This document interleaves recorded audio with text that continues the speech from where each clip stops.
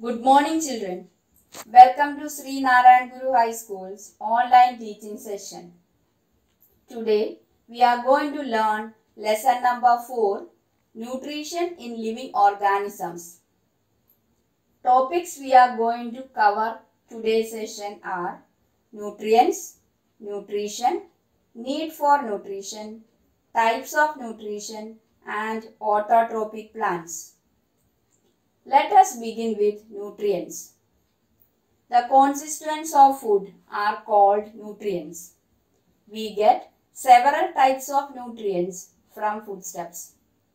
The main nutrients in our food are carbohydrates, proteins, fats, vitamins, and minerals.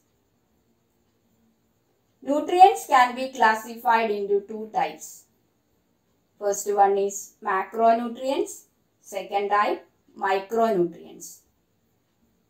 First one, macronutrients. Nutrients like carbohydrates, proteins and fats are required in large quantity. They are called macronutrients. Second type is micronutrients. Minerals and vitamins are required in very small quantity. They are called micronutrients. Next topic is nutrition. The process of taking in and using food which takes place in living organism is called nutrition. Next topic is need for nutrition.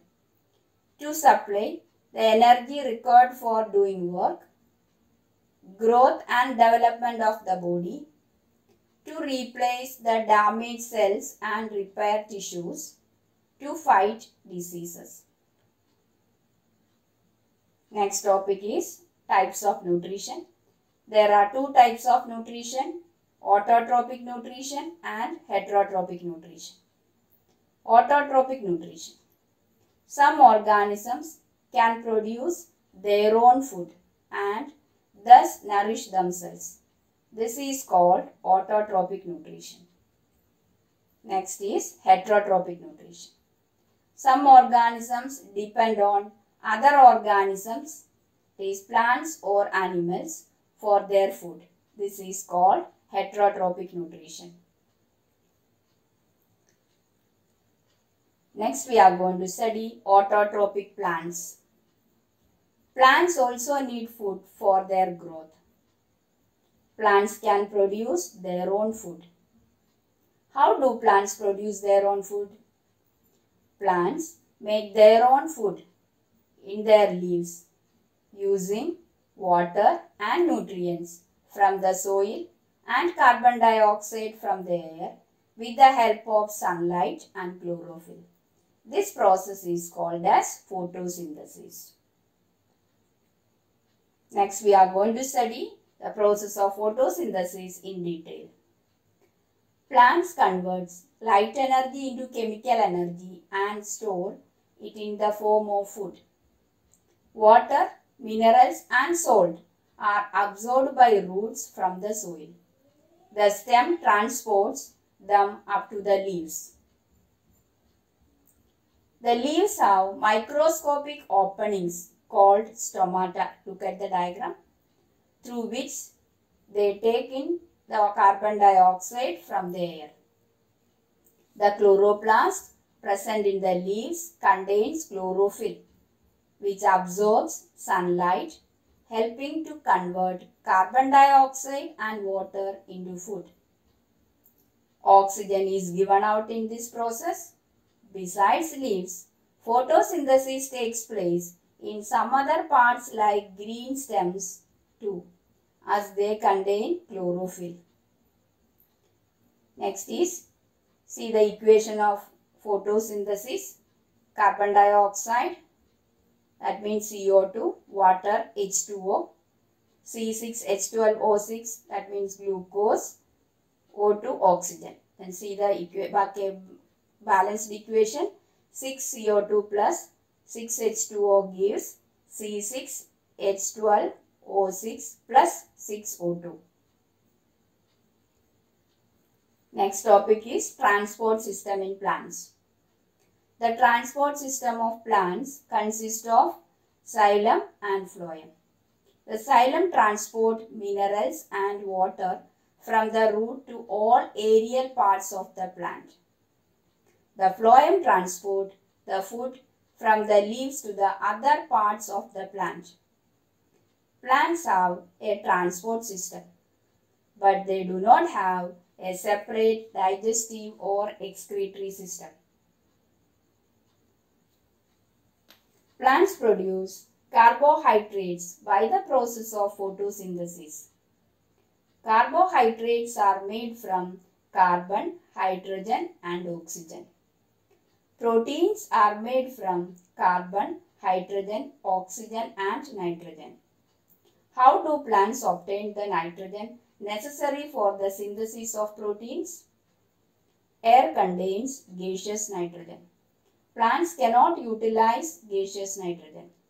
It needs to be fixed, that is, converted into compounds of nitrogen.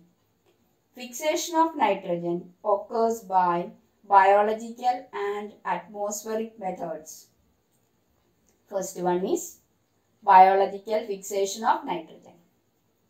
Two different types of microorganisms can bring about biological nitrogen fixation. Root nodules of leguminous plant contains the rhizobium microorganisms. These microorganisms absorb atmospheric nitrogen and convert it into its nitrate. Microorganisms like Azotobacter are present in soil. They also convert atmospheric nitrogen into nitrates. Look at the diagram. You can see Azotobacter and Rhizobium and roots of leguminous root plant also. Next is atmospheric fixation of nitrogen. Lightning occurs in the rainy season. This causes atmospheric nitrogen and oxygen to react with each other to form nitric oxide, which is again oxidized to form nitrogen dioxide. The nitrogen dioxide dissolves in rainwater and is converted in nitric acid, which gets added to the soil along with the rainwater. Plants use this nitrogen for their growth. Next is symbiotic nutrition. In some cases, two or more than two different types of plants live together to fulfill their needs of nutrition, protection, support, etc. with each other's help. This type of nutrition is called symbiotic nutrition. Some fungi grow around the roots of some other plants. These plants supply nutrients to the fungi, and in turn, fungi supplies minerals and water to the plants.